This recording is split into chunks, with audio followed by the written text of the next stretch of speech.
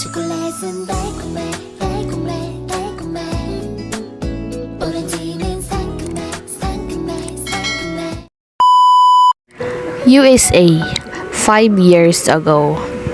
Pinunasan ko ang luhang tumulo mula sa mga mata ko at huminga ng malalim. Tama nga ang matandang si Mr. Olivier. Niloloko lang ako ng anak niya. Pinaglalaruan lang ako at higit sa lahat, hindi niya ako totoong mahal. Dahil nakita ko lang ang lahat ng pruwebang iyon. Shit, bakit ako nagpapaniwala sa lalaking yun? Lahat pala ng ginawa niya para sa akin ay pawang kalokohan lamang. Paano hindi ako iyon nahalata? Ganoon ko lang ba siya kamahal para maging bulag sa lahat? Na kahit anong sabihin nila tungkol sa kanya, ay nagawa ko pa ring baliwalain iyon. Gusto ko siyang sampalin, sakalin, gusto ko siyang saktan. Paano niya ako nagawang lukuhin? Ang sakit-sakit. Akala ko totoo na ang lahat. Akala ko I will finally experience to feel the love that lasts being with him. Pero nagkamali ako. Sino ba naman ako para mahalin niya? Isa lang naman akong item sa isang auction na nabili niya. Pero kahit na ano ang isipin ko, bakit? Bakit parang hindi ko ata magawang iwan siya? Tatanggapin ko lahat ng sakit. Okay lang na magsimula kami ulit. Huwag lang akong lumayo sa kanya. I shook my head once again. Tama na, Kiana. Huwag kang tanga. I love him so much that leaving me hurts me a lot. Pero mas masasaktan lang siguro ko kapag ipagpupumilit ko pa ang kagustuhang manatili dito kasama siya. I made up my mind. Aalis na ako. Kakalimutan ko ang lahat-lahat ng nangyari. Kakalimutan ko siya kahit mahirap. Ito na siguro ang nararapat kong gawin, to end this pain and to live our lives without each other. Total maraming humahadlang sa aming pagsasama. Pero siya na ang tumapos nun. Siya na ang gumawa ng bagay para maniwala ako sa mga taong nagsasabing walang mapupuntahan ang pagsasama namin. I should accept that. Hindi rin ako mapupunta dito kung hindi dahil sa kanya. Tama ulit si Harvey Olivier ang ama niya.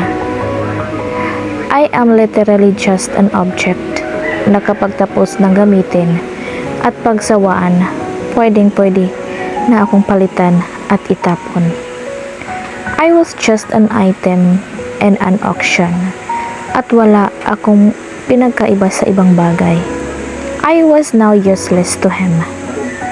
Pagkatapos kong mag-impake ay dumiretso na ako sa sala palabas ng mansyon niya. Pero bago pa ako makalabas ng tuluyan ay nagsalita si Javier Olivier na nasa sala. Tumayo ito at humarap sa akin. Finally, you've gathered all the thoughts. Nakatungo lang ako sa kanya. Kahit siguro ilang beses ko na siyang nakita ay nanginginig pa rin lahat ng kalaman ko sa tuwing kausap o kaharap ko siya. He's an old man but still screaming in luxury, authority, power, and control. Isa siyang batas sa pamilya nila. Ako nang bahala sa kanya. Mayroon na rin akong ibibigay sa iyong konting gantimpala. Tumingin ako sa kanya. Hindi ko kailangan yan. This old man think pera lang ang habol ko sa pamilya nila. Pagkatapos niyang malaman ang kasal na namagitan sa aming dalawa ng anak niya para lang mailipat ang kayamanin nito sa kanyang anak.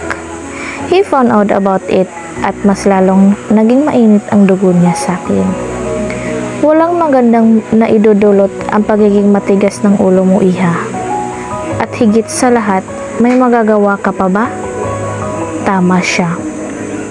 Simulat sa pool, walang magandang nangyari sa akin dahil sinusunod ko lang kung anong gusto ko. Kahit ayaw kong tanggapin ang sinasabi niyang kaunting kantimpala, ay wala akong magagawa. Hindi ako sumagot. Have a safe flight. Don't worry, you're still lucky that I made you escape this life. At sa kauna-unang pagkakataon ay ngumiti siya sa akin. Ngunit alam kong hindi naman iyon totoo. Hindi ko naman napigilan ang pagtulo ng mga luha ko nang tumalikod ako at sumakay sa sasakyan na maghahatid sa akin patungong airport para makauwi ng Pilipinas. Nakita ko rin nang sinabi niyang kaunting ginting pala, isa iyong tseke na naglalaman ng ilang libong dolyar. Tumawa ko habang umiiyak dahil sa nakakatanggap ako ng ganito kalaking pera. Kung hindi dahil sa nakakatawa ang lahat. Nakakagalit, iniisip pa rin ng matandang Oliver na mukha akong pera. Galit ako. Galit na galit kaysa kanya at sa lalaking nagpaliwalang mahal niya ako. I hate them. Pinagpupunit ko ang tseke. Hindi ko kailangan ng pera nila. Pinagbuksan ako ng pinto ng driver at agad akong lumabas. Maayos naman na lahat ng papeles ko, pati lahat ng fees. Talagang pinaghahandaan ang pag-alis ko. Ito na yun. Ito na ang huling araw. Ito na siguro ang araw na matatapos na rin ang nararamdaman kong sakit. Sana. Ito na yung araw upang makapagsimula akong magbagong buhay. Yung buhay na wala siya, kahit nasanay akong nandyan siya. Sobrang sakit at galit ang nararamdaman ko. Ngayon ay tinungo ko na ang loob ng airport. From now on, I will forget all what happened. Aayusin ko ang buhay ko sa Pilipinas at mamuhay ako ng masaya. I wipe my tears away. Goodbye, Zyron.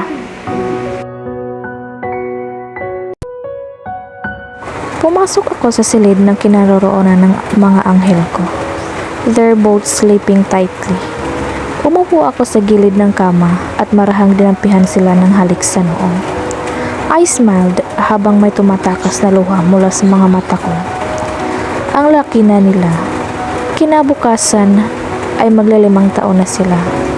Ang bilis ng panahon. Parang dati lang. May karga-karga ko pa sila sa mga bisig ko. And tomorrow, they already turned 5. Promise, ipapasyal ko kayo ni Mama bukas. Babawi ako. Bulong ko. Inaamin kong hindi madaling maging single mother. Simula nang nalaman kong buntis ako, ay natakot ako. Hindi para sa akin, kundi para sa kanila. Wala akong trabaho, wala akong taong mapaghihinga ng tulong.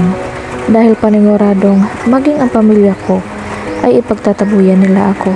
Dahil matapos ako maglayas sa bahay, ay babalik akong buntis. At puno ng guilt ang nararamdaman ko noon dahil ang laki ng kasalanan ko sa kanila.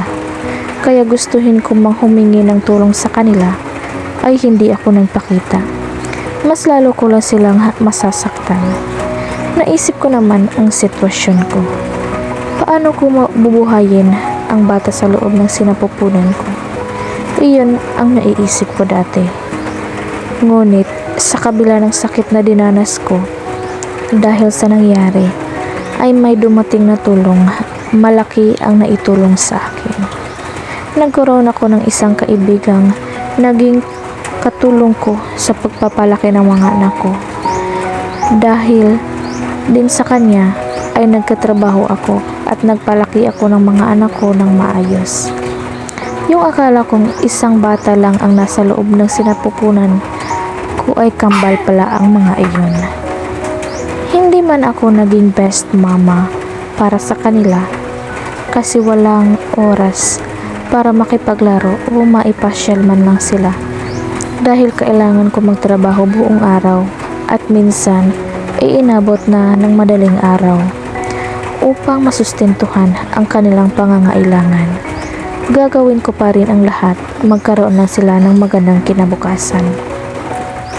At bukas sa kanila lang ang oras ko. Mama, You're crying again. Pinunasan ko na naman agad ang basa kong mukha. Hindi ko nasahan na magigising ang mga magaganda kong anak. Hindi no? Sabi ko tapos ngumiti sa kanya. Sumimangot naman ang baby ko. Mama, hug kita para di ka na iiyak.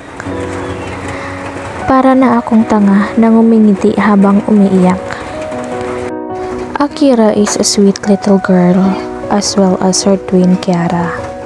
Kahit sabihin ko pang may pagkamataray at masungit ang mga batang ito sa ibang tao, siguro namana nila ang ama nilang ubod ng sungit o sadyang nahawa sila kay Amira. Ako rin po. Kiara screamed. Gising din pala siya. Lumapit silang dalawa sa akin at niyakap ako ng mahigpit. Napapikit ako dahil sa sobrang sarap sa pakiramdam ang ginawa nilang pagyakap. Lahat ng pagod at stress ko ngayong araw ay nawala ng tuluyan. They're the best gift I've ever received. Huwag ka nang umiyak, mama. Sabi nilang sabi at pinunasan nila ang luha ko. Napaka-emotional ko lang pagdating sa kanilang dalawa. Hinalikan ko sila sa mga pisngi nila. Hindi na. Ngumiti ako. Sorry, nagising ko pa kayo. Let's sleep na ulit? Tanong ko. Umiling na lang silang sabay. Magkambal nga. Bakit naman? Anong oras na oh? Past 10 PM na kasi at kakauwi ko lang dahil sa may event sa restaurant kanina. Baka po kasi pagising namin wala ka na ulit, Kiara said habang nakasimangot. Parang gusto ko ulit umiyak. Alam kong nagkukulang ako sa oras sa kanila dahil kailangan kong magtrabaho. Kahit may ipon naman na pero gusto ko lang masigurado na okay ang future nila. I'd love to give the best life of them. Iyon nga lang, nalilimitahan ang oras ko para sa kanila. I'm working one of the restaurant na pagmamayari ni Amira Suarez. Siya ang sinasabi kong kaibigan ko. 5 years ago nang umuwi ako sa Pilipinas at hindi ko alam ang pupuntahan ko. Kung paano ako nakapunta sa ibang bansa ay mahabang kwento at ayoko na iyong balikan. I was so young and reckless. Si Amira Suarez ang tumulong sa akin nang bigla na lang akong nag-collapse sa daan ilang metrong layo sa isang sasakyan at sakto siya ang nagmaneho ng sasakyan ng araw na iyon.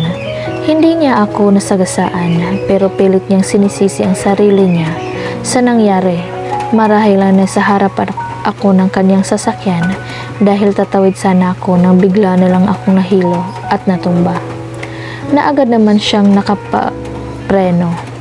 Dinala niya ako sa isang pribadong hospital at hindi na rin ako nagpapapigil dahil nahihilo pa rin ako sa oras na iyon. At nalaman ko na lang na buntis pala ako. After the doctor checked me, I was 5 weeks pregnant. 2 araw matapos akong makauwi sa Pilipinas. Tsaka ko rin nalaman na may dinadala na pala ako sa sinapupunan ko nang matagpo ang landas namin ni Amira. I was 21 back then, young and pregnant. Hindi ko alam kung ano ang gagawin ko sa araw na iyon. Umiyak ako ng umiiyak at hindi makapag-isip ng maayos. Paano ko bubuhayin ang anak ko? Pero kailanman ay hindi sumagi sa isip ko na ipalaglag ito. And that was the best decision I've ever made in my life. May nagawa rin akong tama at dahil doon, nahanap ko ulit ang kasiyahan ko. My twins are my happiness and my life. I am so very thankful of Amira. Hindi niya ako pinabayaan sa araw na pinagtagpo kami. Sinabi niya na tutulungan niya ako. Hihingi rin daw siya ng tulong sa daddy niya dahil sa isa siyang mayor sa bayan noon. Sinabi ko naman sa kanya na kaya kong pagtrabahuhan ang tulong na binigay nila sa akin. Pumayag naman siya at ngumiti sa akin. Naging isa ako sa mga empleyado ng kanilang kumpanya na nag-manufacture ng wine. Tinanggap ako ni Mr. Suarez kahit nabuntis ako at hindi ako nakapagtapos ng kolehiyo. 7 buwan na lang akong magtatrabaho doon dahil kailangan kong mag-leave para sa nalalapit na panganganak ko. Kahit kaya ko pa, ay si Amira mismo ang nagsabing kailangan ko ng magpahinga. Simula noon ay naging magkaibigan na kami ni Amira. She was 20 years old back then. Pero kung mag-isip ay parang isa na itong 25 years old. She matured enough na nagpatayo na rin ito ng sariling business niya, which is the Delight Restaurant. Hindi katulad ko noong 20 years old. Then ako na ginawa ko lang kung ano ang gusto ko, not minding what would be the consequence after. Laking pasasalamat ko sa mag-amang Suarez dahil sa napakalaking tulong nila. Kaya lumaking maayos ang kambal ko. After ko silang maipanganak, ay nagpahinga muna ako ng 1.5 taon at tinapos ang 1 taon ko sa kolehiyo sa kursong Culinary Arts at nagsimulang magtrabaho ulit. That time ay isa sa mga branches ng restaurant ni Amira ay ako ang naging executive chef. And at the same time ay manager na rin. Babies pa lang ang mga anak ko ay sa gabi ko na lang sila nakakasama dahil sa trabaho. Nag-over din sa Amira ng taong magbabantay sa kanila at yun ay si Nanay Kaz, ang taong nag-alaga rin kay Amira noong baby pa siya. Minsan ay kasama rin ni Nanay ang kanyang anak para tumulong sa pag-aalaga ng kambal. Nakakalungkot lang isipin na kailangan ko silang iwan araw-araw at bigla akong nalungkot sa sinabi ng anak ko. Akira, Kiara, sleep na, okay? Hindi na aalis si mama ng 7 days promise. Nakita ko naman ang paglaki ng mga mata nila habang ito ay nagniningning. Talaga mama? Tumango ako. Tsaka naman niyakap nila akong dalawa na ikinahiga namin sa kama at sabay humalakhak. Diba, bukas birthday nyo na? Sila naman ang tumango. Kaya matulog na kayo at marami tayong pupuntahan bukas. Tumalon sila sa kama dahil sa saya at excitement. I smiled. Baka mahulog kayo. Saway ko sa pinapatigil sila sa pagtalon sa kama. Mabuti na lang at wala si Nanay Kaz dito sa kwarto, baka kasi magising dahil sa kakulitan ng 2 bata. Nasa kabilang kwarto ito, katabi ko kasi ang kabal sa pagtulog sa tuwing umuwi ako. Thank you so much, Mama. I love you. Akira. Mama, with cookies ha? Tsaka isama natin si Chef. Tumango ulit ako. Si Amira ang tinutukoy nilang chef. And, the twins are little cookie monster. Ewan ko ba kung bakit napakahilig nila sa cookies. Ay, oo nga pala. Paborito niya rin iyon. Bigla namang kumirit ang puso ko dahil sa naalala ko siya sa bawat cookie na naririnig ko. Isinantabi ko muna ang iniisip ko at nararamdaman ko at binaling ang atensyon ko sa kambal. Kaya kayo matulog na, kayo okay? Tumango sila at pinugpog ako ng halik sa pisngi. They're the sweetest. Good night, Mama. I love you, Mama. Kiara. Don't cry again, Mama. Okay? I love you. Akira. Napatawa ako ng mahina dahil sa sinabi nila. 5 years old pa lang sila pero parang ang kausap ko ay matanda na. Isama pa yung pag-i-English nila na nakukuha nila sa aninang chef nila na si Amira. My princes are so close with their chef at gustong-gusto naman iyon ni Amira kasi siya na rin ang kasama ko simula ng pinagbubuntis ko pa lang at hanggang sa maipanganak silang dalawa. That's why I named them Akira, Zyrene, and Kiara, Zaira. Mula sa pangalan namin ni Amira at Kiana. I want baby. Pagkatapos nun, ay tabi kaming natulog sa kama habang yakap nila ako ng mahigpit. Kinabukasan ay maaga akong nagising at nag-bake ako ng tig-iisang cake para sa kanilang dalawa. Isang caramel cake na paborito ni Akira at chocolate naman kay Kiara. Tinulungan din ako ni nanay sa pagluluto ng iba pang mga handa. At dahil excited ang mga prinsesa ko ay nagising din sila ng maaga at nagtatakbo palapit sa akin. Sinalubong ko naman sila ng yakap. Happy birthday mga anak kong magaganda, bati ko. Humagi-cake naman sila. Happy birthday Akira at Kiara, bati ni Nanay Cass. Thank you nanay. Niyakap nila si nanay tapos ako ang sumunod na niyakap nila. Salamat mama naming maganda. Sabay nilang sabi tsaka ko naman sila kiniliti ng dalawa. Oma stop, I can't breathe. Tumigil ako habang tawang-tawa pa sila. I love you too, I said at hinalikan sila sa pisngi. I love you, they said in chorus. Hindi niyo ba ako isasama dyan? Pare-pareho kaming napatingin sa pinto at nandun si Amira. Chef! Chef! Sigaw ng dalawa at tumakbo ulit papalapit sa best friend ko. Ngumiti naman ako dahil mahal na mahal ng mga anak ko ang chef nila. Minsan nga ay mas gusto pa nilang sumama sa kanya kaysa sa akin. Happy birthday baby girls! She hugged them both. Thank you chef! They said in chorus. Are you excited to see my gifts? Yes, yes! Akira. Make sure they are cookies po, Kiara. Napatingin naman sa akin si Amira at kumindat. Oh, hahaha. Of course, babies. It's hero. Sabay ito na abot niya ng paper bag. Hindi ko alam sa dalawang to kung bakit mas gusto nila ang cookies ni chef nila kaysa sa gawa kong cookies. Pero ang tatay nila ay paborito ang gawa kong cookies. Pinilig ko ang ulo ko, bakit ba hindi ko siya makalimutan sa cookies?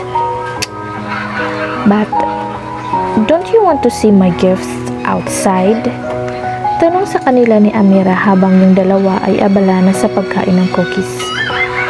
Tumakbo yung dalawa sa loob at lumabas na rin ako. Napatingin ako kay Amira. Ini-spoil mo sila. Nako, Amira. Good morning, Mommy. Tapos, she kissed me on my cheeks. I can say that this woman is sweet, pero kung hindi nakilala ang isa tao ay magmamaldita ito at masungit. Thanks for coming by the way, sabi ko sa kanya. Hindi siya nawala sa kaarawan ng kambal. She's always present at nagpapasalamat ako sa kanya. Always dahil hanggang ngayon ay hindi niya ako iniiwan. No problem, Kiana. She winked. Binati niya rin si Nanay Cass at hinalikan ito sa pisngi at niyakap. Pagkatapos ay lumapit kami sa kambal habang tuwang-tuwa sa regalo ni chef nila. Tig-iisa sila ng bike, color pink at purple. Gustong gusto nila magkaroon ng bike kaso ay ayaw ko dahil masyado pa silang bata. Pero hito na dahil sa chef nila. Do you like it? Tanong niya. Tumango habang umingiti yung dalawa. Thank you, chef. You're so awesome. Nagtatalo na si Kiara at sumabay na rin si Akira. Nakakatuwa talaga ang mga anak mo. Nakangiting niyang sabi sa akin. Spoiled na sila sa'yo. Don't worry about that, Kiana. Anything for them. Tapos kumindat ulit siya sa akin. Come on girls, mamaya na yan, okay? Di ba may pupuntahan pa tayo? Tanong niya sa kanila. Lumapit naman sila agad at humawak sa mga kamay namin. Pumasok kami sa loob at pinaupo namin sila sa upuan sa harapan ng kanilang cakes. Kinantahan namin sila ng happy birthday at masaya naman sila nga pumalakpak. Make a wish and blow your candles, sabi ko. Nagkatiningnan silang dalawa at pumikit. Sana matapos na ang work si Daddy at umuwi na siya dito, Akira. Wish ko rin po yun. Masaya naman po kami kasama si Mami at si Chef at si Tito Babe. Pero mas masaya kapag nandito si Daddy, Kiara. Sumungkit bigla ang puso ko dahil sa hiling nila. They're looking for their father and I don't know what to do. Noong unang beses na tinanong nila sa akin kung nasaan ang daddy nila, ay sinabi kong nasa malayo at nagtatrabaho. At ngayon, hindi ko na alam kung ano ang gagawin ko. Dapat bang sinabi kong hindi na siya babalik at wala na siya? Kasi sa totoo lang, hindi ko na alam kung ano ang ginagawa niya, kung saan siya at kung pamilya na siyang iba. Ayaw ko na ring paasahin pa ang mga bata na may daddy pa silang babalik. Walang alam si Zyron tungkol sa mga bata. 5 years ago, I left him because of things that keep us away from each other. Hindi kami para sa isa't isa at ang ginawa niya, 5 taon na ang nakalipas. Iyon ang naging dahilan para iwan ko siya kahit mahirap. Hindi nawala ang galit ko sa kanya matapos niya akong gamitin at pagsawaan. Matapos niya akong saktan ng ganito habang binibigay ko naman ang lahat. Yes, I was sold to the father of my twins. At kung ako ang tatanungin, ayoko na siyang bumalik sa buhay ko. Ayoko siyang makita. Ayoko nang mag-cross pa ang landas namin at ayokong malaman niya na nagkaanak kami. Natatakot ako, baka sa isang iglap ay kunin niya sa akin ang mga anak ko. Hindi ako papayag. No one gonna get my children away from me. Kahit pa ang sarili ng ama ay hindi ko hahayaang ilayo sa akin ang mga anak ko. Wala siyang karapatan. Ikakamatay ko kapag nangyayari yun. Nakatingin lang ako habang pinapanood ang kambal na nakasakay sa karusel. Dito kasi kami nila hinila ni Amira pagkatapos namin sumakay sa Ferris wheel. Their smile are enough for me to be strong and happier. Hindi ko man maibigay ang wish nila na makita o makilala ang ama nila. I will still do everything para punan ang pagiging ama at ina sa kanila. I'm sorry if mama is selfish. Kung hindi lang sana naging mahirap ang lahat, kung hindi lang sana naging magulo, I will give you the complete family you're looking for. Sorry mga anak. Uy, you're spacing out. Tinabig ako ni Amira sa balikat. What? Are you saying something? Tanong ko. She pouted. I guess you're thinking about him again, aren't you? Ngumiti ako ng tipid. Wala namang bago doon kahit 5 taon na ang nakakalipas. How would I forget that man anyway? Siya lang naman ang taong nagparamdam sa akin ng lahat ng mga bagay na hindi ko naramdaman before. At paano ko siya nakalimutan kung sa tuwing titingnan ko ang mga anak ko ay kitang-kita ko ang mga abo nilang mga mata. All the beautiful feature na meron sa lalaking iyon ay meron din sa mga anak ko. Nakakalungkot lang. Paano ko matutupad ang kahilingan ng mga anak ko? Dahil kung iisipin, malabo nang mangyaring mag-cross pa ang landas namin. At ayaw ko rin mangyari iyon. Inakbayan ako ni Amira. You know what, Mommy? Why don't you go and date someone? Like Babe. Has been courting you na rin for years. Makamami naman to. At ano raw? Date someone? Hindi ko nga mabigyan ng oras ang mga anak ko. Makikipag-date pa ako. Si Babe, he's a friend at hanggang doon na lang ang tingin ko sa kanya. What if Ikaw na lang kaya? Ano? How old are you again? 25? Kumindat ako. Bakit? Bakit napunta naman sa akin ang usapan? Irap niya. I laughed. Kasi malabo nang mangyari yung makikipag-date pa ako. Sinong gugustuhin na makasama ako? Ako na may anak na. Tsaka gusto ka pang ilaan ang oras ko sa mga anak ko kaysa sa mga lalaking yan. Tsaka ikaw, tumanda ka na ma'am. Baka naman ikaw ang dapat na makipag-date. Don't mind me, okay? Wala naman ako nga nagustuhan na sa mga manliligaw ko. She crossed her arms. Paano naman kasi?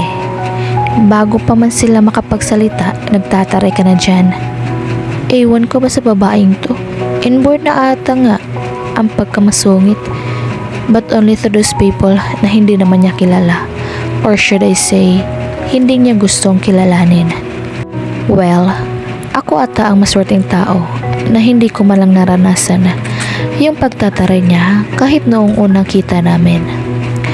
Naalala ko na naman na parang nahawa si Akira sa chef niya dahil minsan ay nagtataray at nagsusungit din ang batang yon. But of course, namana ng kambal ang pagkamasungit sa ama naman nila. Lahat na lang sa kanya nakakainis. Ayoko lang naman na maiwan ulit, lokohin, at ipagpalit sa iba. I don't know, maybe I'm just scared to be cheated on. To be left by the person again na akala ko ay mag-stay sa buhay ko. No matter what. Ilang beses nang nangyari sa akin yun.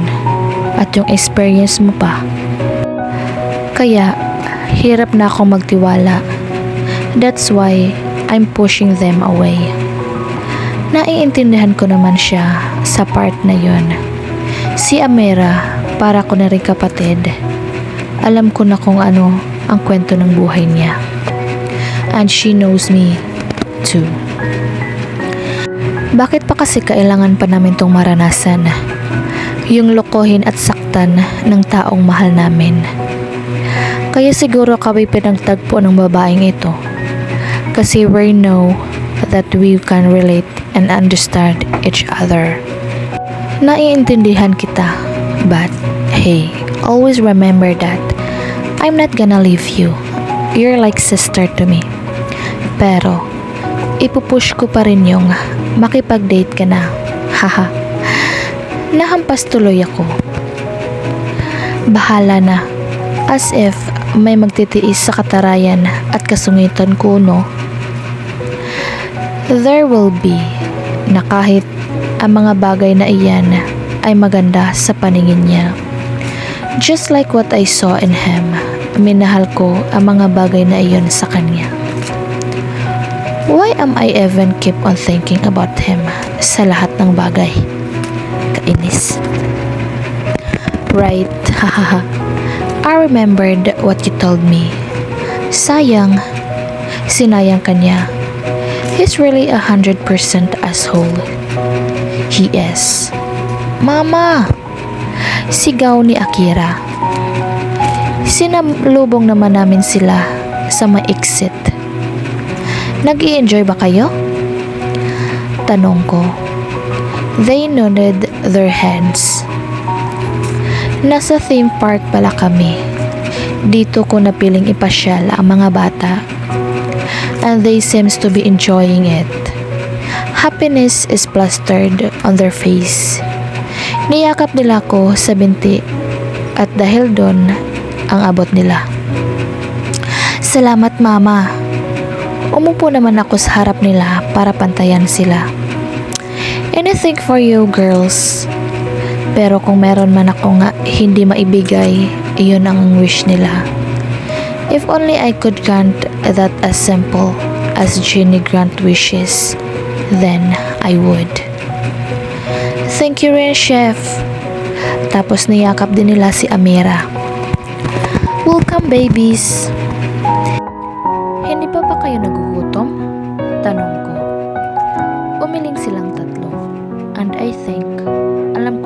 gusto nila. Lalo na at nandito kami sa theme park. Oh no. Horror house! Sabay-sabay nilang sigaw. Pagkatapos ay nagtawanan. Umiling na lang ako. Kayo talaga? Alam niyo namang takot ako sa mga ganyan, I said and started to get nervous. But then they pulled me towards the horror house na sinabi nila. Ako naman ay kabadong-kabado na nang nasa tapat na kami ng horror house. Oh God! Kahit ba hindi totoo ang mga multo sa loob, ay takot pa rin ako. I don't know why, basta simula bata, ay takot na takot ako sa mga multo kahit wala pa naman akong nakikita. Mama, sige na, conquer your fear. Kiara, wow, hindi ko ina-expect na sabihin niya yun. Saan naman niya natutunan yun? Oo nga mama, tsaka akala ko ba strong ka? Nag-cross arms naman si Akira. Sungit. Can you say no to your kids Si Amira naman ngayon ang nagsalita habang nakangiti sa akin ng nakakaloko. I pouted. Ano pa nga bang magagawa ko? Pagsuko ko.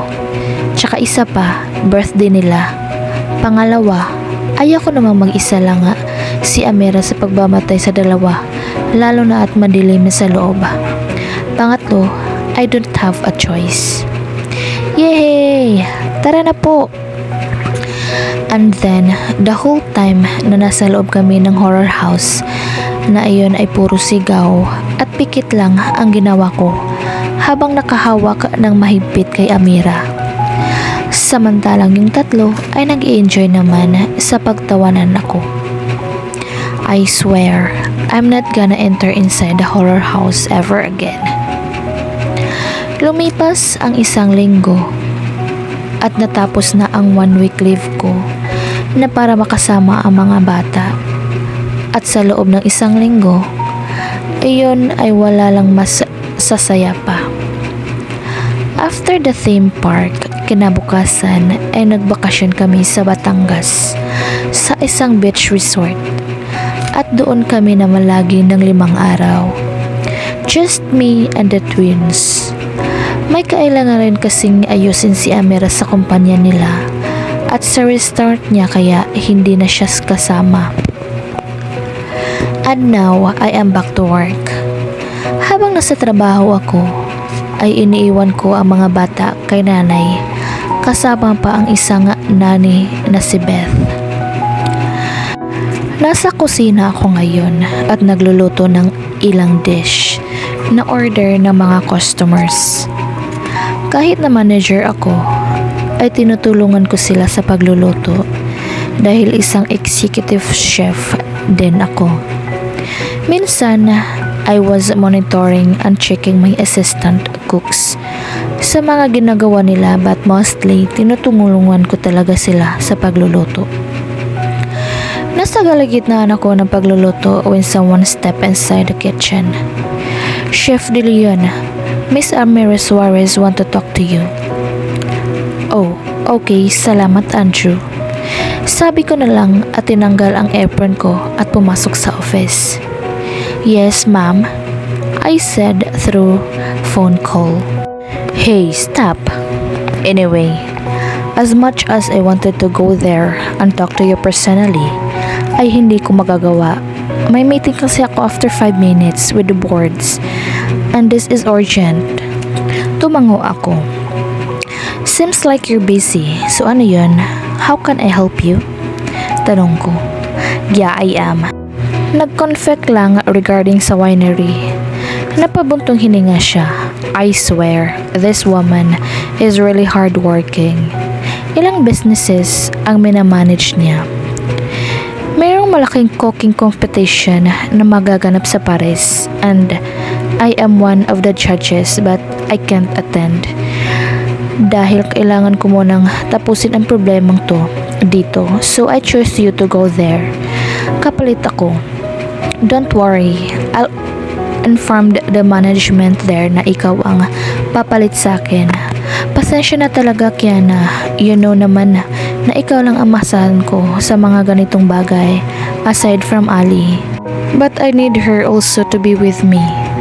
Nababuntong hininga ulit siya. Ako nang bahala. Pinal kong sagot. She's really know around the world dahil na rin sa mga achievements niya sa business niya. And yeah, I can do it naman. At naiintindihan ko siya dahil ganap na talagang busy siya at ako ang napili niya. So I'll take it. I'll do it. Thank you so much, Kiana. No problem. If gusto mo, you can leave the twins in our house. Alam ko naman na di ka mapakali kapag silang tatlo lang nila nanay sa bahay niyo tuwing gabi at para na rin makita sila ni daddy. Yeah, I guess that's the best idea. At siguradong sigurado ang security nila sa bahay ng mga Suarez. You know, senator na ngayon si Tito Rafael, daddy ni Amira. At mahigpit talaga ang security lalo na dahil kasama siya sa politiko. Thank you, sagot ko. So kailan ba ang competition na yan? The night after tomorrow. So I think you have to go there later. Kaya iwan mo na ang mga trabaho mo dyan and fix your things. Nakabook naman ang flight mo at mamayang 7 PM na yon. Everything's planned already. Sorry for the urgency. Akala ko kasi ako ang makakapunta but this happened. Pasensya na. Oh, no. It's okay. Okay, sige. Email mo na lang sa akin ang ibang details. Thank you so much talaga, Mommy. Laters? Yep. Then she hung up. Okay. I should going to home now. Preparing anything na that I need. Magpaalam sa mga bata and flight ko na. I still have 6 hours to do all those things. Paris, France? The place where we created a lot of memories. Hindi ko alam kung coincidence nga ba ito or not. It's been a long time. Am I really ready to go and face that place again? Ready or not? Guess I don't have any choice. It's boss order.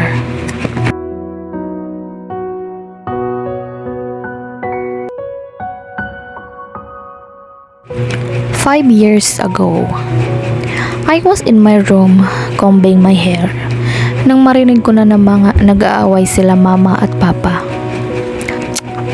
Ano pa bang bago? Lagi na lang silang nag-aaway. Nakakarindi na. Bumukas ang pinto at pumasok si Papa. Ikaw, Kiana, wala ka bang balak tapusin ang pag-aaral mo? At nagpa-party ka na lang gabi-gabi? Wala ka bang balak na magtino? Napairap na lang ako mentally. Bakit napunta na naman sa akin? Ano bang pakialam nila sa buhay ko? Hay nako, yung babaeng yan. Hindi mo yan maaasahan. Hayaan mo na siya. Mapapagod ka lang kakasermon. Parang wala namang naririnig yung anak mo. Manang-mana sa'yo. Sagot naman ni Mama na kakapasok lang din ng kwarto. Pwede bang tumahimik ka, Stella? O ano? Kaya siya nagkakaganyan dahil sa pangungunsinti mo. I just closed my eyes tightly. Bakit ba ganito sila sa harapan ko? Hindi ko siya kinuskonsinti. Anong tawag dyan sa ginagawa mo? Pwede ba? Kayo pong dalawa ang manahimik. Kanina pa kasi kayo sigaw ng sigaw. Hindi pa ba kayo napapagod? Kasi ako, pagod na pagod ng maririnig yung pag-aaway nyo araw-araw. That's it. Hindi ko na kaya manahimik. Hindi ko gustong sigawan sila. Pero yon ang alam kong gawin sa mga oras na ito para manahimik sila. At ngayon, sinisigawan mo na kami? Tanong ni Mama. Seryoso akong nakatingin na sa kanya. Hindi ko gusto pero napilitan ako. Naisip niyo ba kung ano ang mararamdaman ko sa tuwing nag-aaway kayo, ha? Bakit hindi na lang kayo tuloy ang maghiwalay nang matapos na? At saka, kailan pa kayo nangyaalam sa buhay ko? Wow, bago yan ha? Pero hindi ko na kailangan. Nangyari ang lahat ng ito nang dahil sa inyo. Kung wala akong kwentang anak sa inyo, bakit? May kwenta ba kayo mga magulang sa akin? Naramdaman ko na lang ang mahapding sampal sa kaluwang pisngi ko na nanggaling kay mama. Nagsimulang tumulo ang mga luha ko. Hindi ko alam kung dahil ba sa sampal o dahil sa mga sinabi ko. But they need to hear that. Baka sakaling maisip nila lahat ng pinagagawa nila. Wala kang respeto. Sigaw ni mama. Pinigilan ang iyak. Hindi ako sumagot. She stormed out of my room. Alam kong masakit para sa kanila ang mga sinabi ko. Lumayas ka ganyan din sa pamahay ko. Wala akong pinalaking anak na ganyan kabastos sa magulang niya. Wala kang respeto. Wala kang utang ng loob. Kalmado pero seryosong sabi ni Papa. Natulala na lang ako sa sinabi niya. I want to say no and I'm sorry. Pero hindi iyon lumabas sa bibig ko at tumalikod na siya sa akin. Napaupo ako sa kama. Alam kong sobra ako pero inilabas ko lang naman lahat ng hinanakit ko sa kanila. Ilang minuto rin akong nakatulala at nagsimula na akong ayusin ang gamit ko. Hindi ba't ito naman ang gusto ko dati pa? Ang maglayas? Pero bakit parang ang hirap gawin ngayon na magulang ko na ang nagsasabi? Kung alam lang sana nila na sila ang dahilan kung bakit naging rebelde ang anak nila. I just want complete happy family. Oo, mayaman nga kami. Pero hindi ako naging masaya doon. Kung nakikita ko lang na laging nag-aaway ang mga magulang ko. Simula pa nang mag-14 ako. Simula noon, napabayaan na nila ako.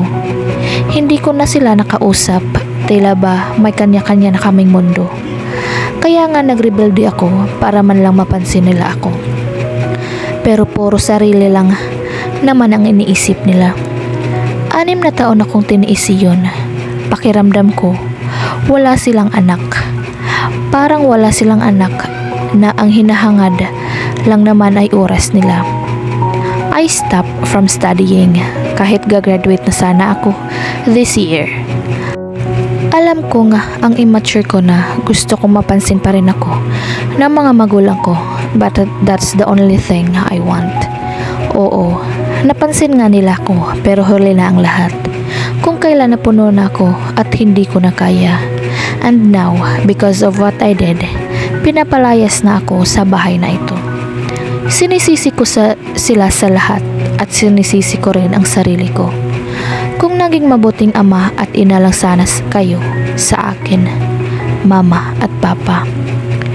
Pinunasan ko ang luha ko at nagsimula na nga lumabas ng kwarto. Wala akong nadatnan ni isa man lang sa mga kanila kundi ang mga katulong na naglinis sa bahay. This house was a happy home and now it's just a house. Nasaksi sa lahat ng mga away namin. 3 at ngayon aalis na ako sa bahay na ito na minsan kong tinuring na masayang tahanan and at the same time impyerno. Nagdiretso lang ako sa labas hanggang sa makarating ako sa gate palabas sa subdivision na ito. Pumara ako ng taxi at hindi ko alam kung saan ako pupunta. Wala akong kaibigan na mahihinga ng tulong at alam kong hindi kakasya ang 5,000 ko para mabuhay ako hanggang sa gusto ko. My life really sucks. Saan po tayo, ma'am? Tanong ni Manong driver. Sa Euphoria Bar, Manong. Sagot ko na lang. Nakita ko lang somewhere sa social media ang sikat na bar na iyon. At na-curious ako bigla. Hindi ko pa napupuntahan iyon kaya gusto kong puntahan. Right. Mayroon lang akong 5,000 piso at gusto ko pang pumunta sa isang bar. But I don't care anyway. Bar become my best friend. Sa tuwing nagkagaganito kami. Maghahanap na lang ako ng trabaho pagkatapos ng gabing ito. Sigurado ka ba, Iha? Baka kasi mapano ka sa bar na iyon narinig ko lang naman maraming nawawalang kababaihan doon. Ngumiti ako. Nagpapaniwala na naman si Manong sa mga ganyan. Hindi po yun totoo, bar lang yun at wala nang iba pa. Tsaka, sino naman kukuha sa kanila? Baka po sumama lang sa ibang tao. You know, to have sex. Ayan lang naman ang alam ko kung bakit nawawala ang iba. Ikaw ang bahala, iha. Basta, mag-iingat ka na lang. Tumango ako. I didn't expect na nasa isang magubat na party itong Euphoria Bar. It's an exclusive bar indeed. At base sa research ko, halos mayayaman ang mga nagpupuntahan dito. I wonder kung magkano ang drinks nila. Kakasya ba ang pera kong 5,000? But I don't care. One shot will do. Pumasok ako at hindi ko inaasahang mapahanga. Ibang-iba ito sa bar na pinupuntahan ko. Nakapagaganda, modern, at stylish ang isang to. I ordered a drink na halos ikalagas ng 5,000 ko. Damn! Wala pa sa kalahati ang laman ng baso pero napakamahal. But this drink is the best of all the best na alak na natikman ko. It's addicting na isang sip mo lang pero hindi ka na ata kakayanin ang bumili pa ng isa. Nakakalungkot naman. Seems like you're enjoying the drink. Tingnan ko lang ang kumausap sa akin pero hindi ko siya sinagot. Ayokong may umistorbo sa akin sa pag-inom. Just enjoy then. Tapos umalis na siya. Weird. Nilago ko na lahat ng laman sa baso ko. I just don't wanna dance. Nagpupunta lang talaga ako sa bar para uminom. Damn, it's just one glass. Pero bakit inaantok na ako? I have a high tolerance in alcohol. At ang isang ito ay iba. Kung gaano ka-addicting, ay ganun kabilis ang tama. And I just found myself leaning against the counter, sleeping with a luggage beside me. Nagising ako dahil sa lamig ng tubig na nasa tingin ko ay ibinuhos sa akin. Tumingala ako sa may gumagawa nun at sinamaan siya ng tingin. How dare him? You've slept too much, sabi niya. I rolled my eyes. Siya rin yung lalaking kumausap sa akin sa bar. Wait. Where am I? Inilibot ko ang paningin ko at kinilabutan ako sa nakita ko. I was in the spacious room with girls hanging their knees and they're crying. Teka, nasaan ako? Bakit? Paano at ano ang ginagawa ko rito? Where am I? Tanong ko. Ngumisi siya. Hell. Shit. Walang kwentang kausap. Tumayo ako at sinampal ko siya.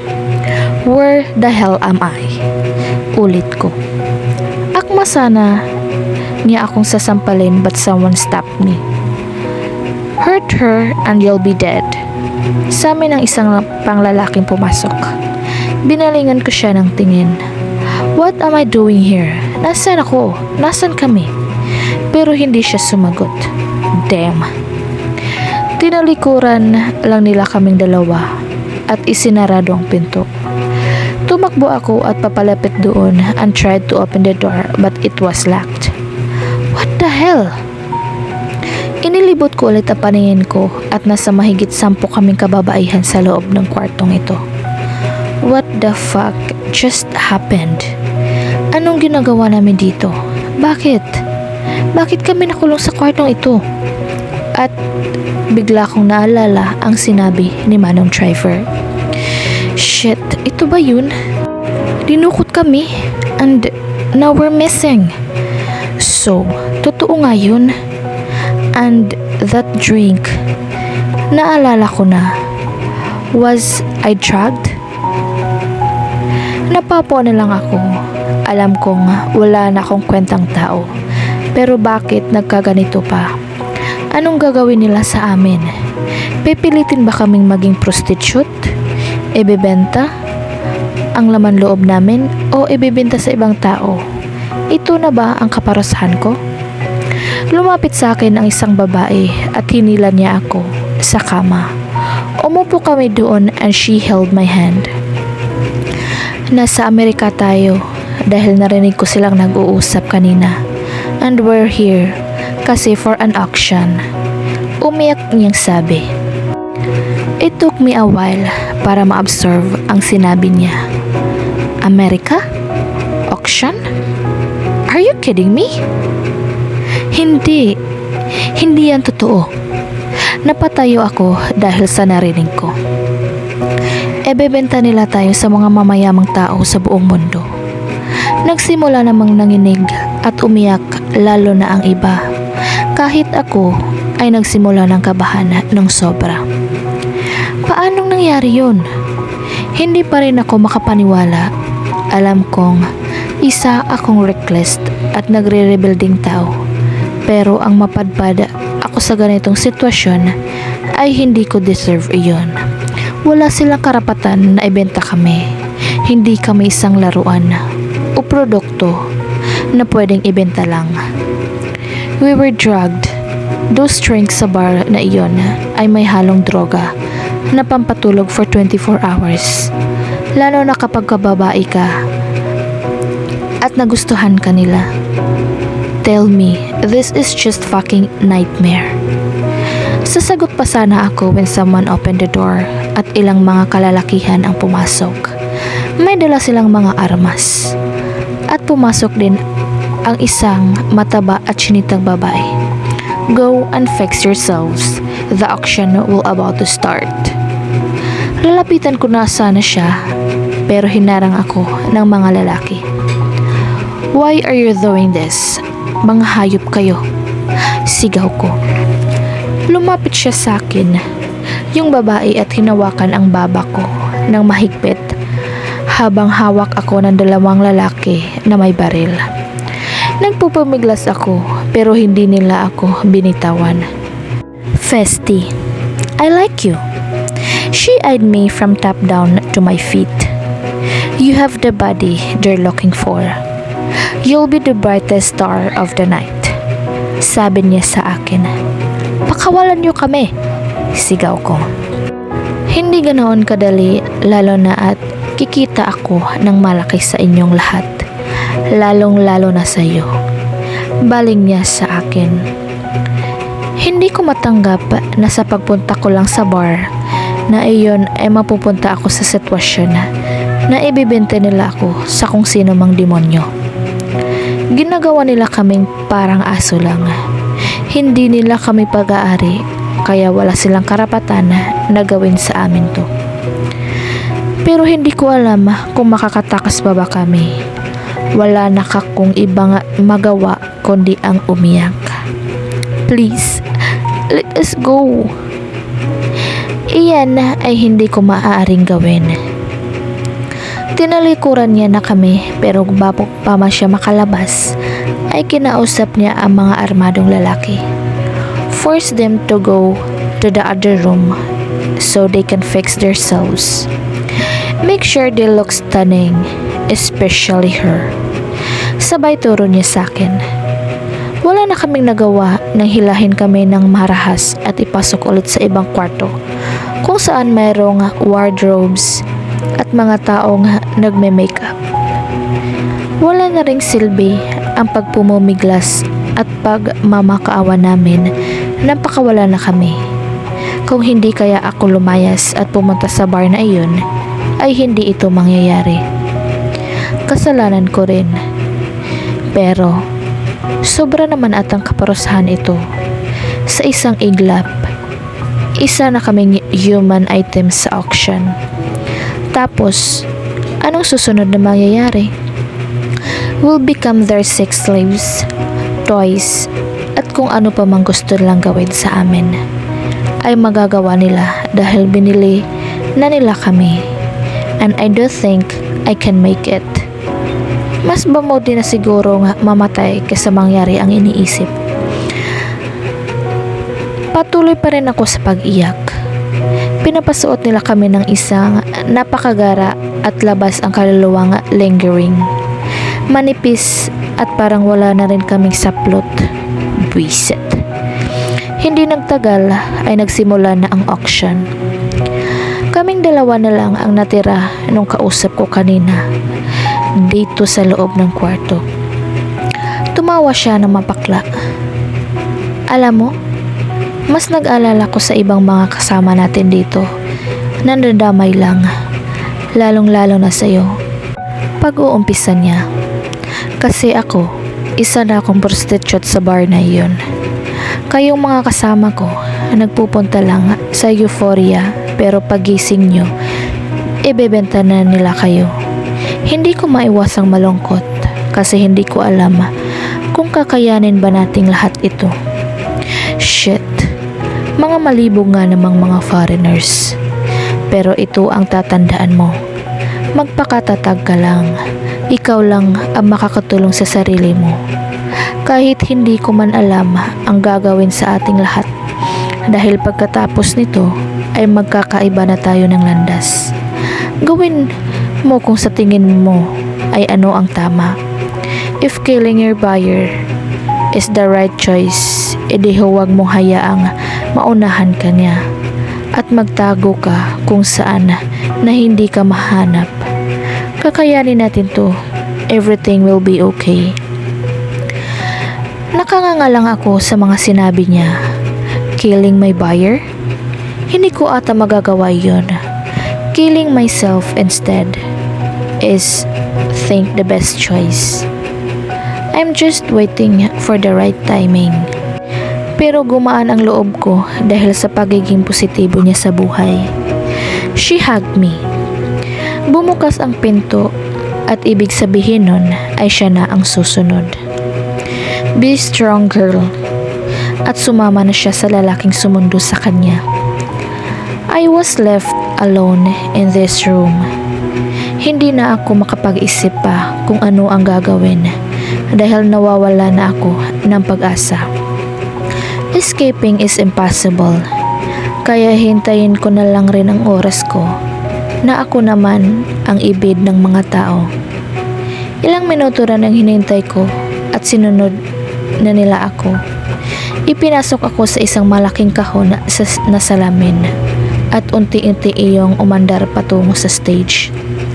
Kinilabutan ako sa dami ng mga matang nakatitig sa akin at ang mga titig na iyon ay tumagos sa mga buto ko.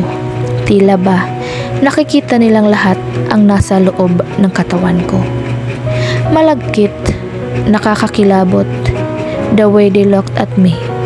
It's like I was a unique species. I wanna cover myself, but Jachins restrained me to do so. For the last item, our star of the night. This woman is the perfect description of beauty and purity. Who would be the perfect bidder for this perfect lady? Let's start the bidding. Sigaw ng isang babae na naka-ruby gown. $1 million to $15 million. Iyon ang mga numerong nag-flash sa malaking screen. Meron silang kanya-kanyang device and they type their bids there and it connected to screen. Naandun lahat ng amount ng money, their screen names. There are the top 5 na may nagmataas na bid. Gusto kong maiyak pero parang wala na akong mailuha pa dahil kanina pa ako iyak ng iyak. Pakiramdam ko ay isa akong napakaruming babae, pinagpiepestahan ng iba't ibang tao. Nagkakadiskusyon ang mga tao sa harap ko dahil sa bid na pwede nilang itaya hanggang sa napalitan ang $15 million ng $20 million. That's when the crowd went silence. $20 million. Going once, going twice. Congratulations, Mr. Z. Get the star. May nakita akong mga napailing na lang dahil sa disappointment. Siguro dahil hindi nila ako nakuha. Shit. And now, may nakabili na sa akin ng 1 bilyong kung i-convert sa piso. This is insane. No one should own me. No. Pare-parehas lang sila sa mga taong dumukot sa amin. Mga hayop. Gusto kong humagulgol, pero naramdaman ko na lang ang pagtusok ng karayom sa leeg ko. And I am in a deep slumber once again.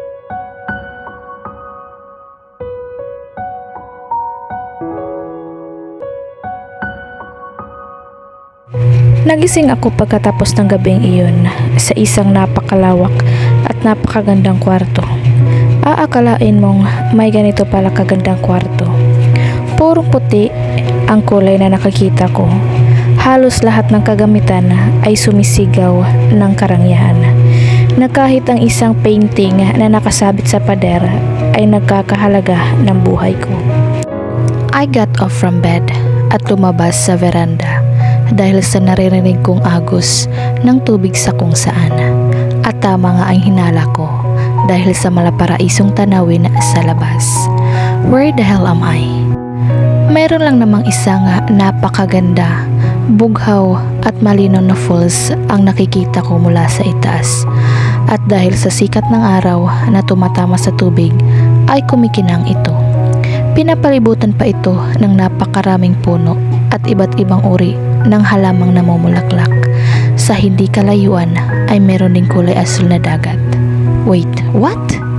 Tama. Ang kinatitirikan na ng bahay o palasyo, kung ano man ito, ay nasa itaas ng bundok. Like, seriously?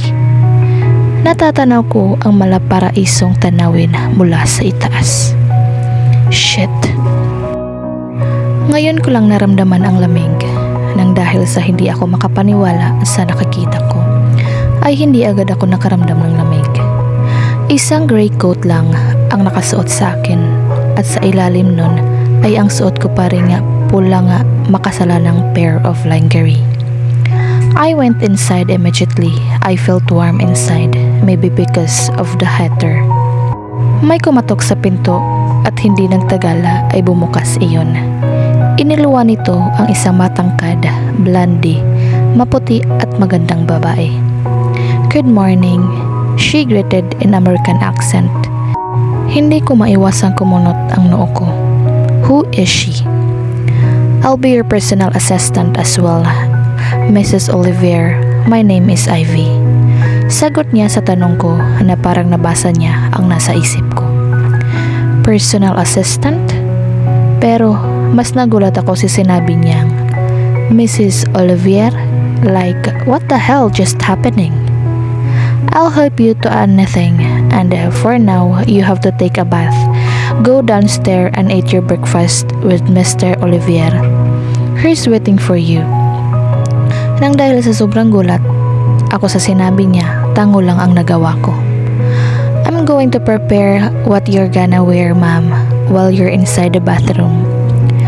Para akong robot na basta na lang sumunod sa sinabi niya. Wala pa ako sa sarili, lumilipad pa ang isip ko, naguguluhan. Katulad ng kwarto, hindi maipagkakailang pati banyo ay sumisigaw din ng karangyaan. Napakalawak nito at sigurado akong lahat ng kagamitan dito ay mamahalin. Hindi na ako nagdalawang isip pa at hinubad rin ang saplot ko at naligo ng mabilis. Nang matapos akong maligo ay sinuot ko ang roba na nakita ko. Tsaka ko ulit nakita ang saplot na tinanggal ko. And the memories of night starts to flashback. Tsaka lang nag-sink in sa akin ang lahat. Someone bought me from that place. I was an item from an auction. Kaya ako nandito sa lugar na ito dahil bumili sa akin na magkano nga ulit iyon? Billion? I felt my tears flowing. Sunod-sunod ito hanggang sa humagulgol ako. Hindi pwedeng nandito ako. Pero kahit ako ay hindi ko alam kung saang lupalop ako ng mundo po napunta. Hindi nagtagal ay kumatok si Ivy, asking me if there's something wrong. I wanna shout, all of this is wrong. Pero walang lumabas sa bibig ko kundi mga hikbi. He's here. The one who bought me is her. He's waiting downstairs. Mabilis akong lumabas sa banyo. Tinungo ang pinto. I don't know what to came into my mind at gusto kong makausap ang taong bumili sa akin. Ivy tried to stop me dahil hindi pa ako nakaayos at tanging roba lang ang suot ko. Pero wala akong pakialam. Hindi na rin siya umangal pa at ulit na sinunod na lang ang gusto ko.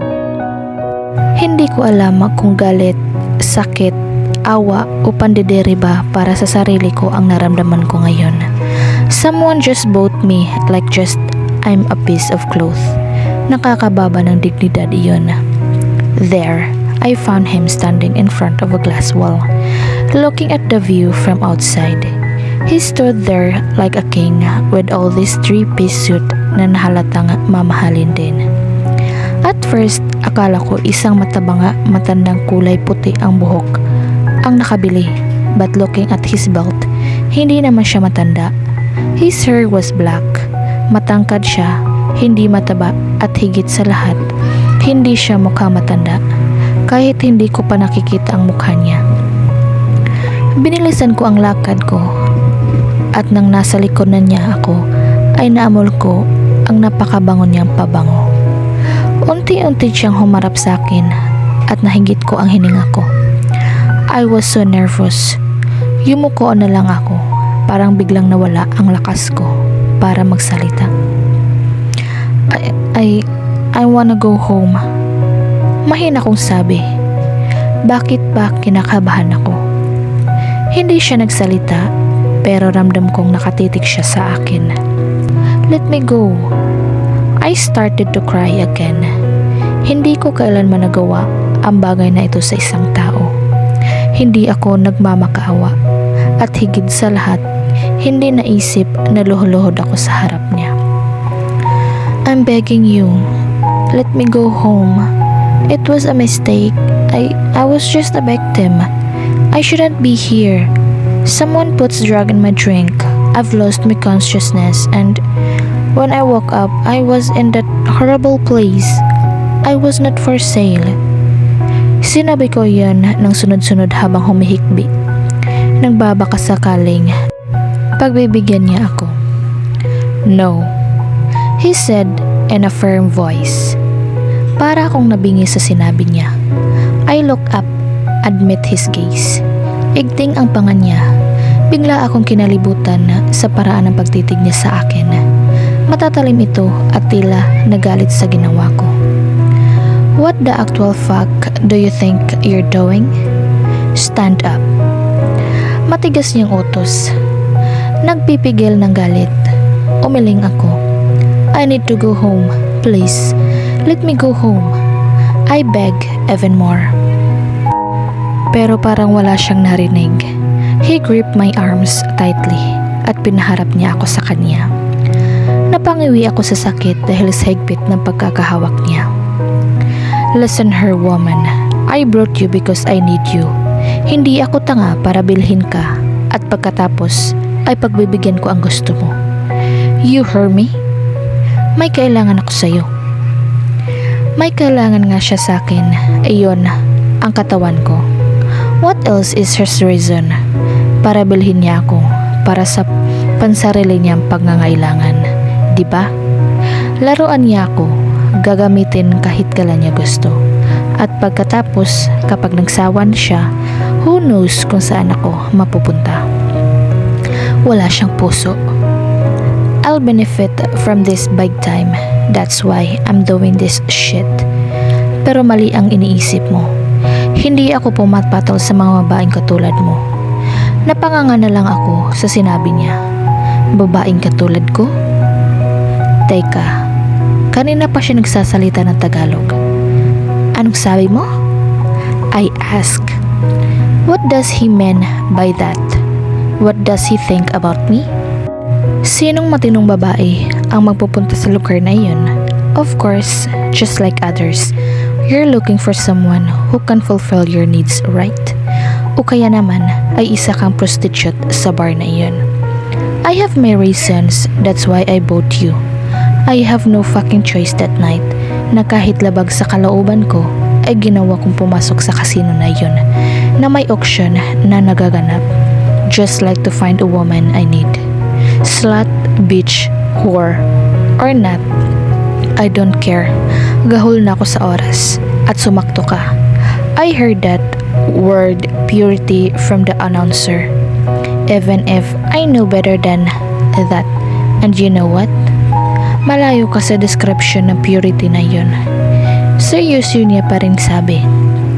Hindi dapat ako masaktan sa sinabi niya, but I felt pain in my chest. Inakala ba niyang isa akong bayarang babae? O isang babae nga naghahanap lang ng sex? Mukha ba akong malibog at uhaw sa sex? What the hell?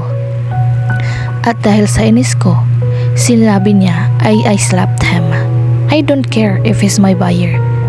Who the hell is he? Parang sabihin sa akin yun. Alam kong namumula ako sa galit at inis dahil sa sinabi niya. Oo, nagrebelde ako. Masamang anak ako, pero kahit kailan ay hindi ko magagawa ang sinabi niya. Shit, nakakainsulto. How dare you? Sigaw ko. Akma ko na naman sana siyang sasampalin, but he caught my hand. Oh, did I just insult you? Serves you, bitch. Napatanga naman ako sa sinabi niya.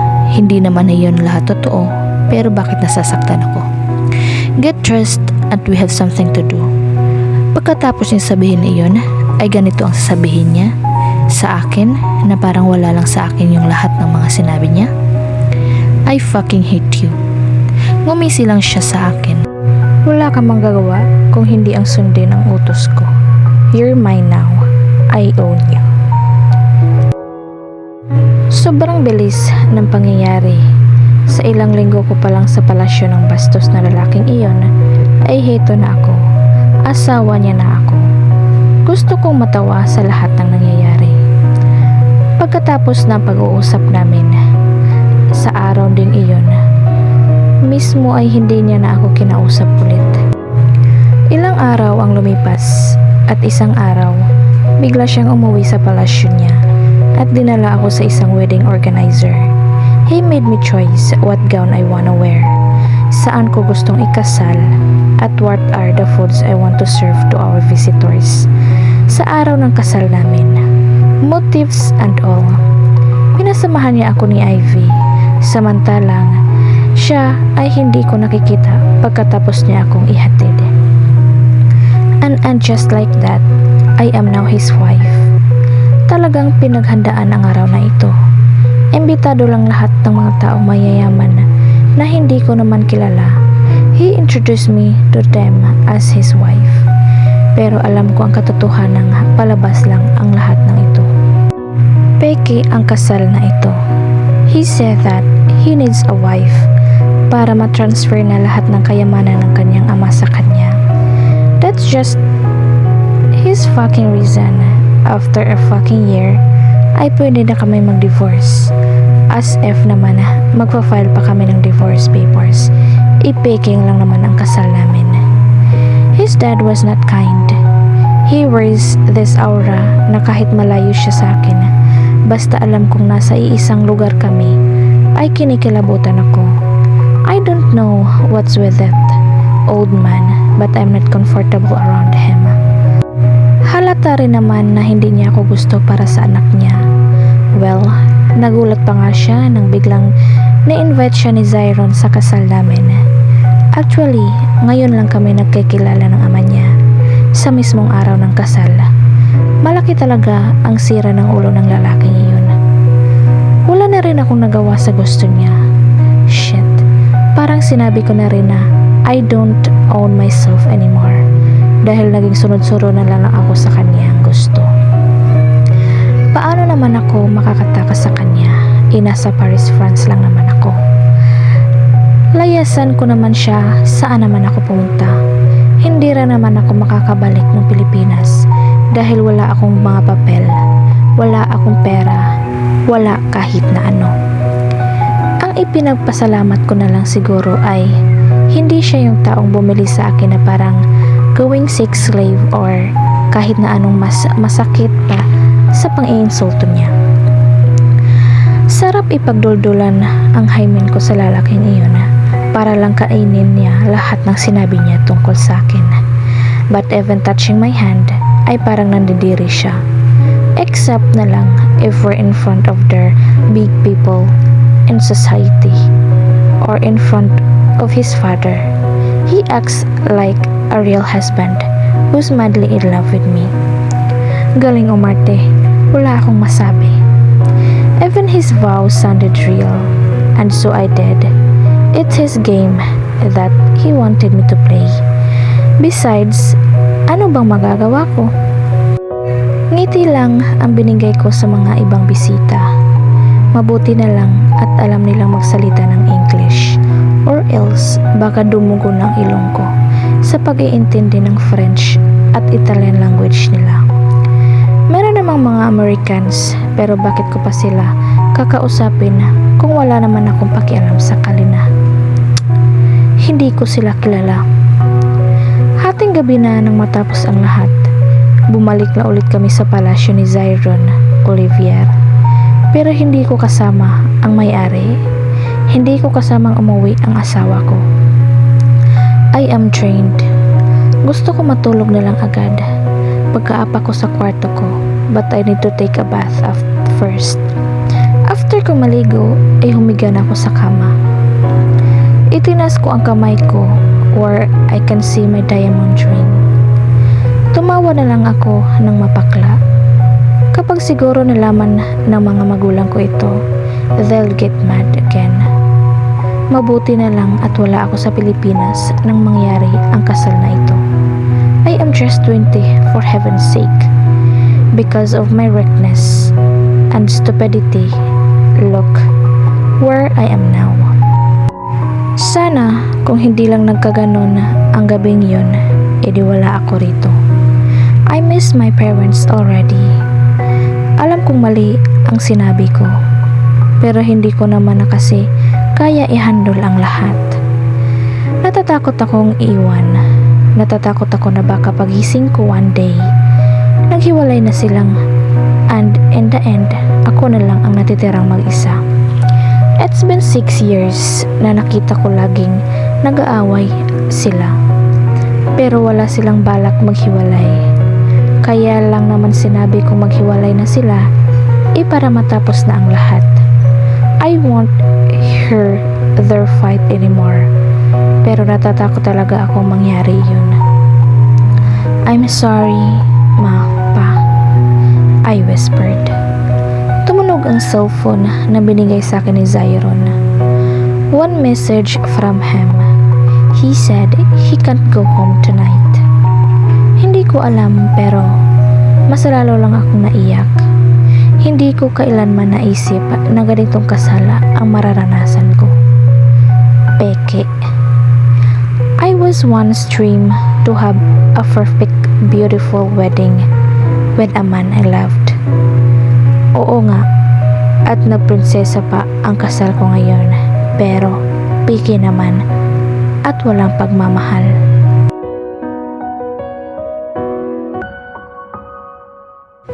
Lumipas ang ilang buwan ay natuto na rin akong mabuhay kasama si Zyron. Marami na rin akong alam tungkol sa kanya. He's half American at may lahi rin siyang French and Filipino, kaya marunong siyang magtagalog. He is a doctor, a neurologist to be exact, and a famous chemist in the world who loves my baked cookies very much. Actually, mas mayaman pa ito sa daddy niya dahil nagmamayari pa siya ng kumpanyang paggawaan ng aircraft and sports cars na may brand name na Zyron, na siya rin ang personal na nagde-design ng mga iyon, which popular around the world too. They cost billion of piso. Pero siguro nga gusto niya lang mas maging mayaman, kaya siya humanap ng mapapangasawa para makuha ang kayamanan ng ama niya. Within those months, natutuhan ko rin siyang mahalin bilang asawa, even if he does not feel the same way. He's rude, yes, masungit, at tingin niya pa rin sa akin ay isang bayarang babae o kung ano pa man, pero he's kind. Sometimes, he acts like a real husband to me. Ipinagluluto ako, tatabihan niya ako sa pagtulog, ipapasyal na ako pero hanggang doon lang. I can ask for more dahil ano ba ako sa kanya? I wanna kiss him but I'm waiting for him to do the first move dahil ayoko magalit siya. Hahalikan man niya ako, sa buhok ko lang o sa noo na dahilan upang lumukso ang puso ko. Even those simple kisses made me happy. Alam kong picky lang ang kasal namin pero totoo ang nararamdaman ko. Shit, I feel for him and I can't do anything to undo it.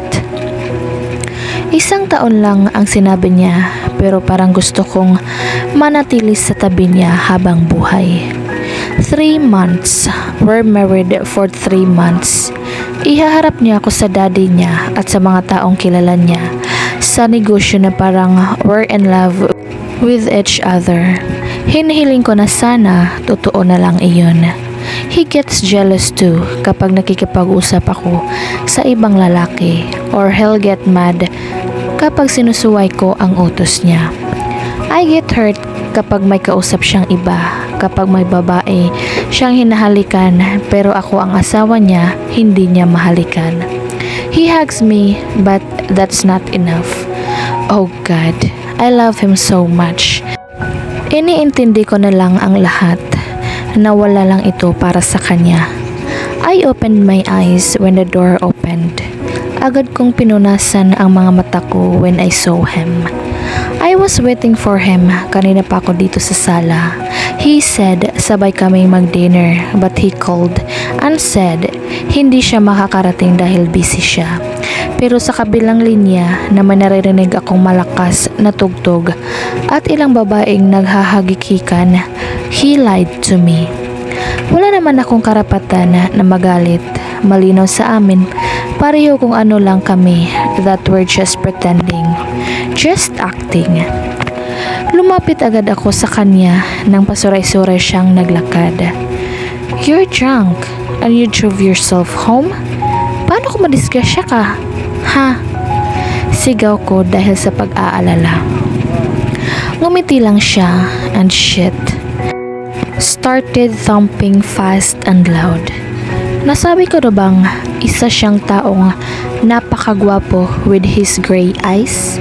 Kung hindi pa, ay siya ang perfect description ng isang Greek god who came down to earth and here with me. Sabi mo, you're busy, pero bakit umuwi kang lasing? Bakit may babae ka? I stopped myself. Ayaw kong manumbat, baka ikagalit niya at tapusin na lang bigla itong gusto niya. Nasanay na rin ako sa pambabae niya pero masakit. Alam ko namang picky lang ang lahat pero nasasaktan ako sa mga ginagawa niya. Mahal ko siya eh, mahal na mahal. You're cute when you're jealous, Cookie, he said. Amoy ko ang pinaghalong alak at mint na hininga niya. Ayan na naman siya sa endearment niyang Cookie. I'm not. Seryoso kong sabi. Let's go upstairs. Magpahinga ka na. I'm sorry if I didn't eat with you again. I know you prepared dinner. Ngumiti ako ng tipid. It's okay. Sanay na ako at iniintindi ko na lang. Tinungo namin ang kwarto niya habang inanalayan ko siya. Kumuha ako ng damit pamalit niya. Siya naman ay nakasunod sa akin. Binuksan ko ang mga batones na damit niya. Ang nanginginig na kamay. It's my first time doing this and it suddenly felt hot. Nararamdaman ko rin na ang pagtitig niya sa akin while I'm unbuttoning his white long sleeves shirt. Tumikim ako. Next time, don't you ever drive when you're drunk. Call me, susunduin kita. Why are you so worried, Cookie? He asked. Natural, asawa kita. I answered. Ayun lang ba talaga ang dahilan? He cupped my face. Pinaglapit niya ang mga noo namin. Oo, ano pa bang ibang dahilan? Tanong ko rin. Naiilang sa lapit ng mukha namin. Sigurado ka? Bakit? Ang kulit mo. Nagsimula nga maghurumentado ang puso ko. Our lips almost touching. Sigurado ka? Baka there's still another reason why you're acting like this, wife. Tell me. Sobrang bilis ng tibok ng puso ko. Ano ang gusto niyang sabihin ko? I can't lose you. Yumuko ako, but he held my chin to meet his eyes. Why? Dahil ikaw lang ang paraan na para makauwi ako sa Pilipinas. That's our deal months ago.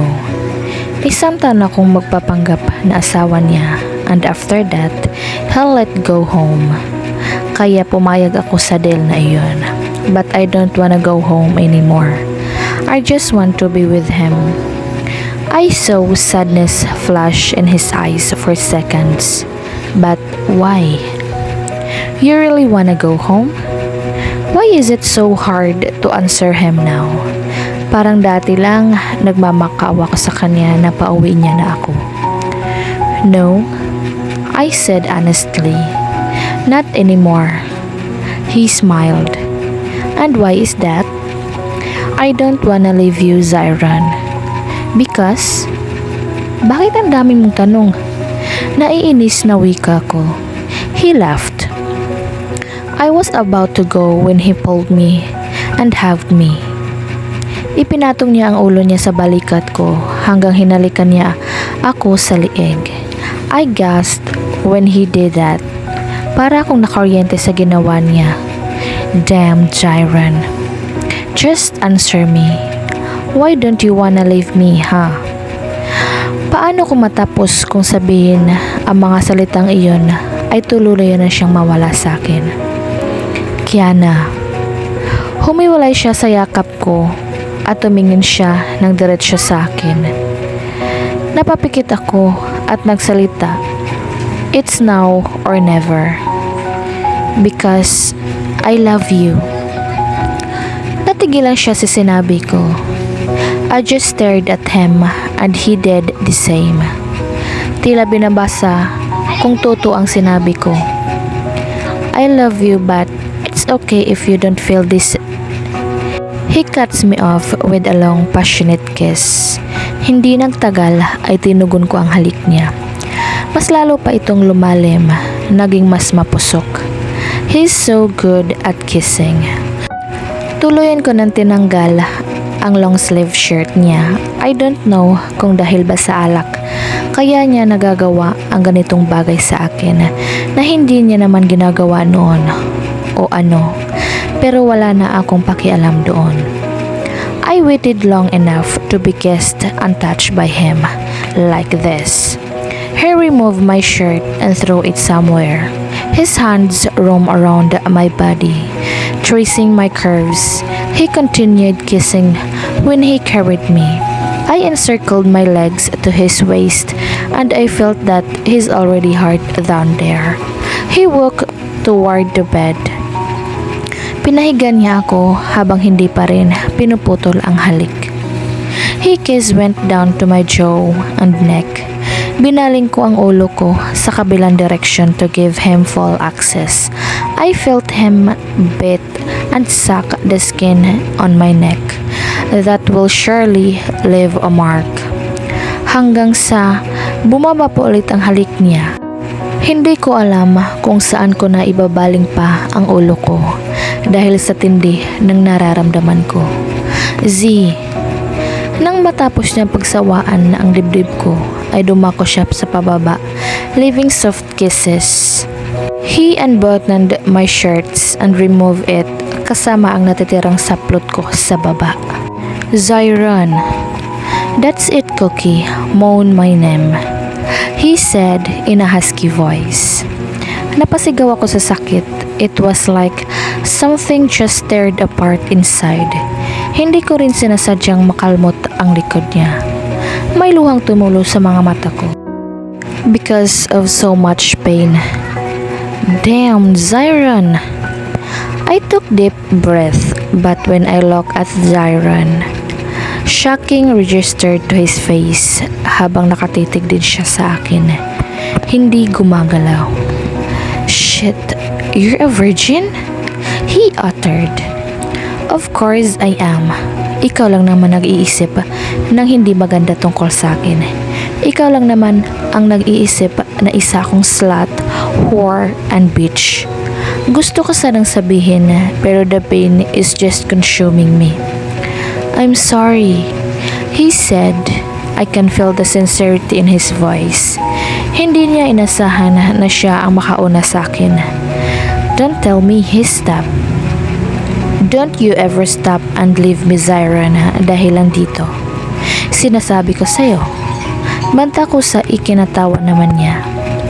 What a naughty wife I've got her. Sinamaan ko siya ng tingin. I won't, okay? I'll be gentle, Cookie. I'm sorry. May pag-alala sa tono niya. It's too late. You already pushed hard inside me. I'm sorry. I couldn't answer him again when he started kissing me, wiping my tears and kisses, and he thrust lowly, making me adjust to his massive length. The pain faded at pumalit ang kakaibang saya. Hingal na hilang kami after that at bumagsak na lang siya sa ibabaw ko. I smiled. Zyron Olivier just claimed me. I'm totally his now, all his. At wala akong pinagsisihan sa lahat ng nangyari. Umalis siya sa ibabaw ko and laid beside me. He pulled me towards him. Hinalikan niya ako sa noo. I love you too, Kiana. He whispered. Doon ako napatingin sa kanya. I thought he's just saying things kapag nalalasing at tulog. Pero nakatingin siya sa akin ngayon. I love you, he said again, giving me soft kisses, and I'm sorry for being an asshole. Nag-uunang tumulo ang luha ko dahil sa sayang nararamdaman ko. He just said he loved me. Oh, Cookie, please, don't cry, he said at pinunasan ang mga luha ko. I'm sorry for being mean and rude towards you. Ginawa ko lang naman yun kasi gusto kitang iwasan, but I couldn't fight this feeling anymore. Mahal kita, okay? Please, say something, sabi niya. Hindi ko magawang makapagsalita dahil hindi ako makapaniwala sa narinig ko ngayon. Is this even real? Or am I just dreaming? Kasi kung panaginip lang ito, ayoko nang magising. O kung lasing siya, sana araw-araw siyang lasing. Alright, lasing lang siya. You're just drunk. Pero bakit ang sarap pa rin marinig ang mga sinabi niya? Cookie, I was just acting drunk because, damn, I don't know kung paano ko sasabihin sa'yo ang lahat. I thought it would be easier to be honest with you. Kapag kunwari, lasing ako. Uminom ako, yes, just enough para may lakas ako ng loob. He explained habang yakap pa rin ako. This is overwhelming. Is this even real? Tanong ko. Ikinahalakhak naman niya iyon. Yes. Pinahiga niya ako sa dibdib niya. Can you hear that? My heart says, Kiana, Kiana, Kiana. Tumawa na lang ako sa sinabi niya. Hinapas ko siya sa dibdib. Asshole. I said, pero hindi ko rin naman mapigilan ngumiti.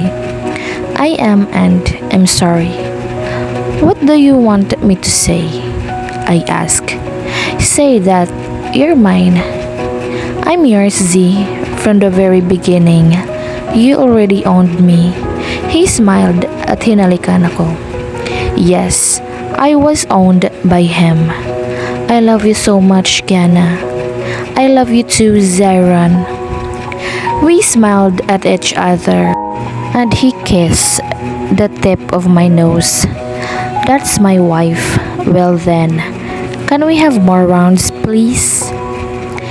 Ilang buwan naman ang lumipas.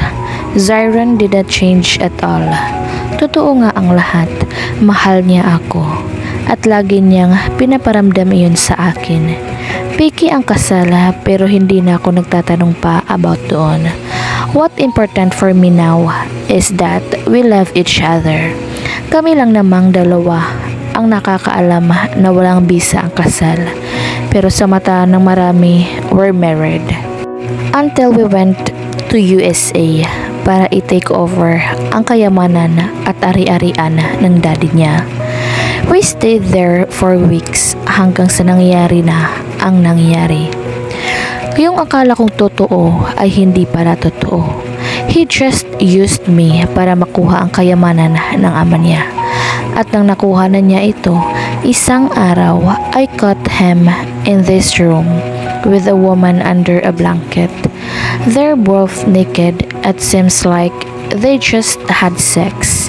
Doon gumuho ang mundo ko. Doon ako nakaramdam ng sakit na hindi ko alam kung paano i-handle. He cheated. He lied to me.